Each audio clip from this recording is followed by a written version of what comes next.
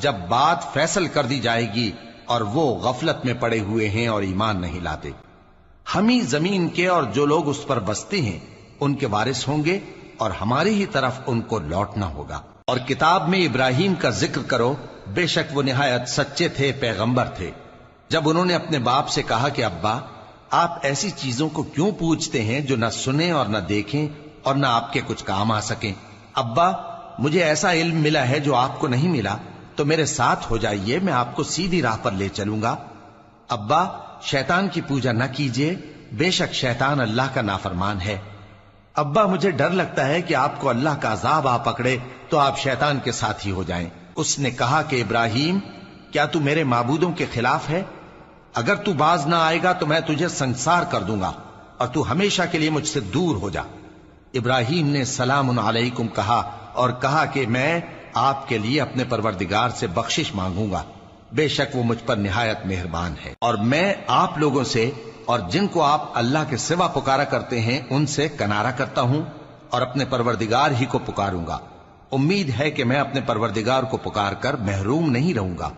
اور جب ابراہیم ان لوگوں سے اور جن کی وہ اللہ کے سوا پرستش کرتے تھے الگ ہو گئے تو ہم نے ان کو اسحاق اور اسحاق کو یعقوب بخشے اور ہر ایک کو پیغمبر بنایا، اور ہم نے ان کو اپنی رحمت سے بہت سی چیزیں عنایت کی اور ان کا ذکر جمیل بلند کیا۔ اور کتاب میں موسیٰ کا بھی ذکر کرو، بے شک وہ ہمارے برگزیدہ تھے اور رسول تھے، نبی تھے، اور ہم نے ان کو طور کی داہنی طرف سے پکارا اور باتیں کرنے کے لیے نزدیک بلایا، اور اپنی مہربانی سے ان کو ان کا بھائی ہارون پیغمبر بنا کر عطا کیا۔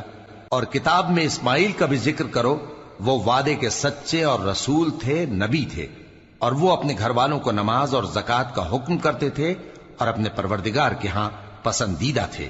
اور کتاب میں ادریس کا بھی ذکر کرو، وہ بھی نہایت سچے تھے، نبی تھے، اور ہم نے ان کو اونچی جگہ اٹھا لیا تھا۔ یہ وہ لوگ ہیں جن پر اللہ نے اپنے پیغمبروں میں سے فضل کیا، یعنی اولاد آدم میں سے اور ان لوگوں میں سے جن کو ہم نے نوح کے ساتھ کشتی میں سوار کیا، اور ابراہیم اور یعقوب کی اولاد میں سے اور ان لوگوں میں سے جن کو ہم نے ہدایت دی اور جنہیں برگزیدہ کیا۔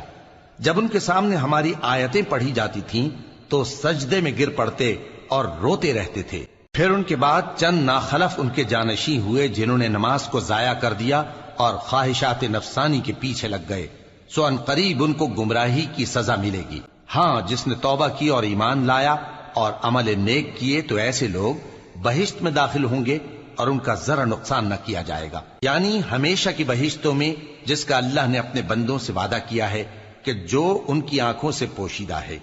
بے شک اس کا وعدہ نیکوکاروں کے سامنے آنے والا ہے، وہ اس میں سلام کے سوا کوئی بیہودہ کلام نہ سنیں گے اور ان کو صبح و شام کھانا ملے گا۔ یہی وہ جنت ہے جس کا ہم اپنے بندوں میں سے ایسے شخص کو مالک بنائیں گے جو پرہیزگار ہوگا۔ اور فرشتوں نے پیغمبر کو جواب دیا کہ ہم تمہارے پروردگار کے حکم کے سوا اتر نہیں سکتے، جو کچھ ہمارے آگے ہے اور جو پیچھے ہے اور جو اس کے درمیان ہے سب اسی کا ہے، اور تمہارا پروردگار بھولنے والا نہیں، یعنی آسمان اور زمین کا اور جو ان دونوں کے درمیان ہے سب کا پروردگار، تو اسی کی عبادت کرو اور اس کی عبادت پر ثابت قدم رہو۔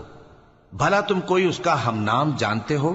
اور کافر انسان کہتا ہے کہ جب میں مر جاؤں گا تو کیا زندہ کر کے نکالا جاؤں گا؟ کیا ایسا انسان یاد نہیں کرتا کہ ہم نے اس کو پہلے بھی تو پیدا کیا تھا جبکہ وہ کچھ بھی چیز نہ تھا؟ سو تمہارے پروردگار کی قسم، ہم ان کو جمع کریں گے اور شیطانوں کو بھی، پھر ان سب کو جہنم کے گرد حاضر کریں گے اور وہ گھٹنوں پر گرے ہوئے ہوں گے۔ پھر ہر گروہ میں سے ہم ایسے لوگوں کو کھینچ نکالیں گے جو رحمان کے مقابلے میں سخت سرکشی کرتے تھے، پھر ہم ان لوگوں سے خوب واقف ہیں جو اس میں داخل ہونے کے زیادہ لائق ہیں، اور تم میں سے کوئی شخص نہیں مگر اسے اس پر گزرنا ہوگا، یہ تمہارے پروردگار پر لازم ہے، مقرر ہے۔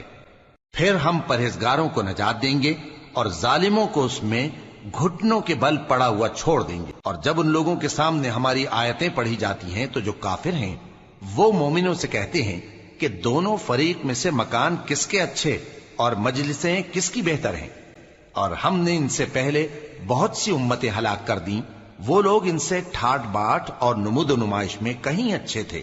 کہہ دو کہ جو شخص گمراہی میں پڑا ہوا ہے رحمان اس کو آہستہ آہستہ مہلت دیا جاتا ہے، یہاں تک کہ جب اس چیز کو دیکھ لیں گے جس کا ان سے وعدہ کیا جاتا ہے، خواہ عذاب اور خواہ قیامت، تو اس وقت جان لیں گے کہ مکان کس کا برا ہے اور لشکر کس کا کمزور ہے۔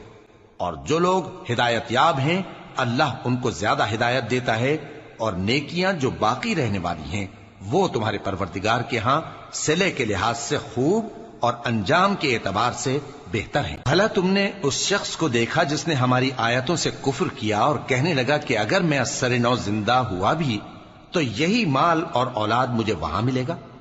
کیا اس نے غیب کی خبر پالی ہے یا اللہ کے یہاں سے عہد لے لیا ہے؟ ہرگز نہیں، یہ جو کچھ کہتا ہے ہم اس کو لکھتے جاتے اور اس کے لیے آہستہ آہستہ عذاب بڑھاتے جاتے ہیں، اور جو چیزیں یہ بتاتا ہے ان کے ہم وارث ہوں گے، اور یہ اکیلا ہمارے سامنے آئے گا۔ اور ان لوگوں نے اللہ کے سوا اور معبود بنا لیے ہیں تاکہ وہ ان کے لیے موجب عزت ہوں۔ ہرگز نہیں، وہ معبود ان کی پرستش سے انکار کریں گے اور ان کے دشمن و مخالف ہوں گے۔ کیا تم نے نہیں دیکھا کہ ہم نے شیطانوں کو کافروں پر چھوڑ رکھا ہے کہ وہ ان کو خوب اکساتے رہتی ہیں؟ تو تم ان پر عذاب کے لیے جلدی نہ کرو کہ ہم تو ان کے لیے دن شمار کر رہے ہیں۔ جس روز ہم پرہیزگاروں کو رحمان کے سامنے بطور مہمان جمع کریں گے اور گناہگاروں کو دوزخ کی طرف پیاسے ہانک لے جائیں گے، تو لوگ کسی کی سفارش کا اختیار نہ رکھیں گے مگر جس نے رحمان سے اقرار لے لیا ہو، اور کہتے ہیں کہ رحمان بیٹا رکھتا ہے۔ ایسا کہنے والوں، یہ تو تم بری بات زبان پر لاتے ہو۔ قریب ہے کہ اس جھوٹ سے آسمان پھٹ پڑیں اور زمین شق ہو جائے اور پہاڑ پارا پارا ہو کر گر پڑیں کہ انہوں نے رحمان کے لیے بیٹا تجویز کیا، اور رحمان کو شایع نہیں کہ کسی کو بیٹا بنائے۔ ہر شخص جو آسمانوں اور زمین میں ہے رحمان کے روبرو بطور بندہ ہی آئے گا۔ اس نے ان سب کو اپنے علم سے گھیر رکھا اور ایک ایک کو شمار کر رکھا ہے، اور یہ سب قیامت کے دن اس کے سامنے اکیلے اکیلے حاضر ہوں گے۔ اور جو لوگ ایمان لائے اور عمل نیک کیے، رحمان ان کی محبت مخلوقات کے دل میں پیدا کر دے گا۔ اے پیغمبر صلی اللہ علیہ وآلہ وسلم، ہم نے یہ قرآن تمہاری زبان میں آسان بنا کر نازل کیا ہے تاکہ تم اس سے پرہیزگاروں کو خوشخبری پہنچا دو اور جھگڑالوؤں کو ڈر سنا دو، اور ہم نے ان سے پہلے بہت سے گروہوں کو ہلاک کر دیا ہے۔ بھلا تم ان میں سے کسی کو دیکھتے ہو یا کہیں ان کی بھنک سنتے ہو؟